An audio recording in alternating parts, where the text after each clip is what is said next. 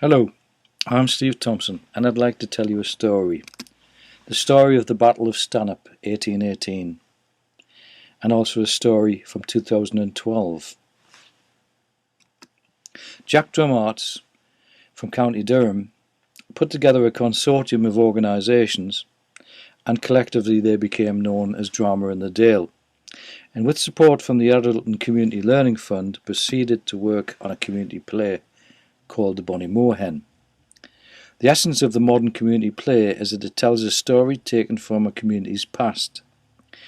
Typically the historical setting will be factual, whilst the actual story may be fictitious, but nevertheless makes use of authentic material. And if the play has resonances with today, so much the better. The whole purpose of the community play is to draw together the local community and to involve as many people as possible in all the varying aspects of creating that play. And here you have various components of this story. The Napoleonic Wars had come to an end, meaning there was less demand for lead for bullets, and lead mining was a pretty important industry in Weardale. So the two lead miners you see down in the bottom left hand corner would struggle as a result of this, and they took to hunting the Bonny Moorhen, which is the red grouse you see in the centre of the screen.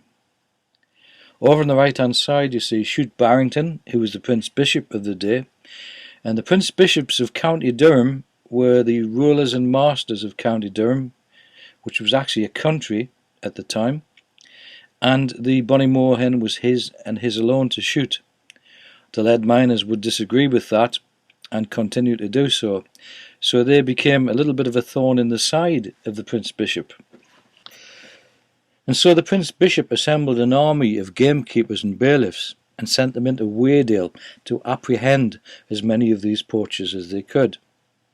And they captured Charles and Anthony Siddle, you see portrayed here, and proceeded to take them back to County Durham, but stopped off on the morning of December the 7th, 1818, in a pub then known as the Black Bull and now known as the Bonny Moorhen. Charles and Anthony's friends, family and associates descended on that pub, and an almighty battle ensued in which the Prince Bishop's men were defeated and put to flight, and Charles and Anthony Siddle's friends released them and they went on their way. And to put things into perspective, here's Weardale in the northeast part of England, and there in the top left hand side you see Killop Mine, which is now Killop Mining Museum. Below that the blue flag represents Wearhead, which is essentially the source of the River Wear, and over to the right hand side is Stanhope, where the battle actually took place.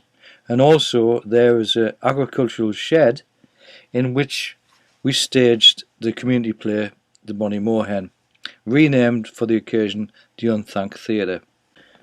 And here also for perspective is another scene, a lead mine, and I have to admit to a little bit of personal opinion and conjecture here, but in this scene you would have miners of 10 years old working, immersing their hands in freezing cold water.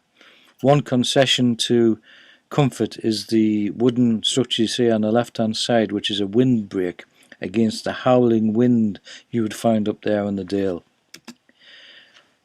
And these children are not typical because girls didn't work there, but these children are from a local school and of an age that would have worked there. And I put it to you that men who had done this kind of work from the age of 10 are unlikely to be cowed by the Prince Bishop's gamekeepers.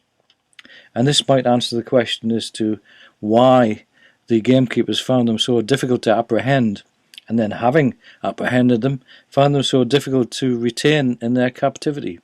And against that, let's set another perspective. Consider the harshness of the mines, and yet these people were surrounded by the beauty of Weardale, the openness and the freedom of the Bonny Moorhen to fly over it, and the freedom that represented.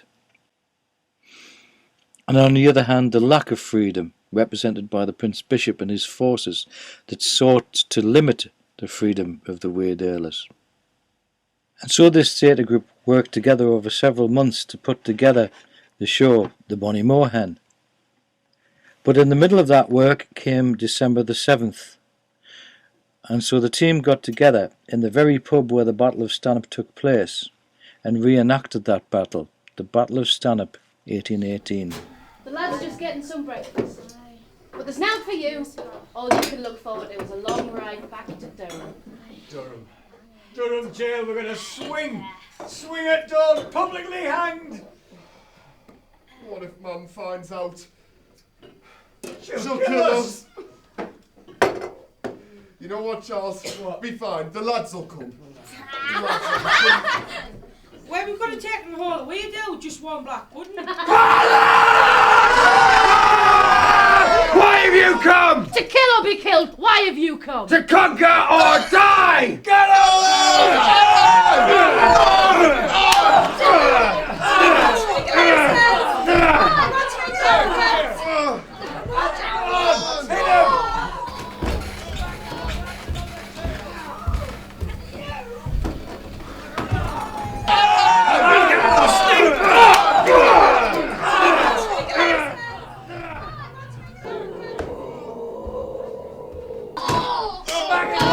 on the table! And you!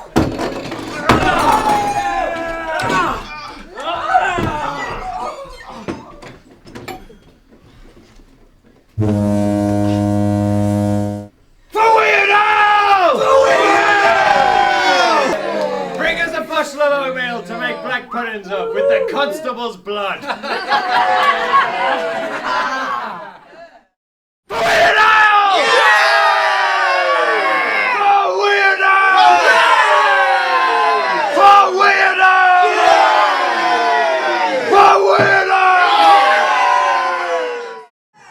Take her! Get those lads free! I'm on it! And on February the 1st, work began in the agricultural shed to build the Untitled Theatre. And we had a state visit from Thomas Japaitis of the Lithuanian Republic of Užupis, who arrived in his state vehicle, as you can see, and then very kindly blessed the shed for us as work began. So in the name of Užupis and the sheeps are all good. Yeah, well, usually, yeah, cross is also good, but I don't know. Hey! So.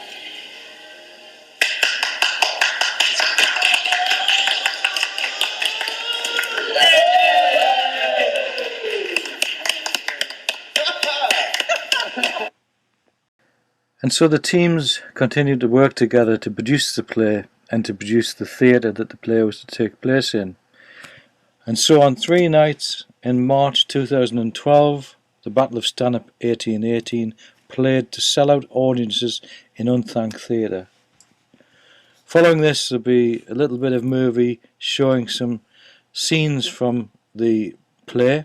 Eventually there will be a complete movie of this, but for now hopefully this will give you a feel for how it was, and we'll finish with the final round of applause on the final night, which will give you a feel for how this was received when the Bonny Moorhen played in Untitled Theatre in 2012.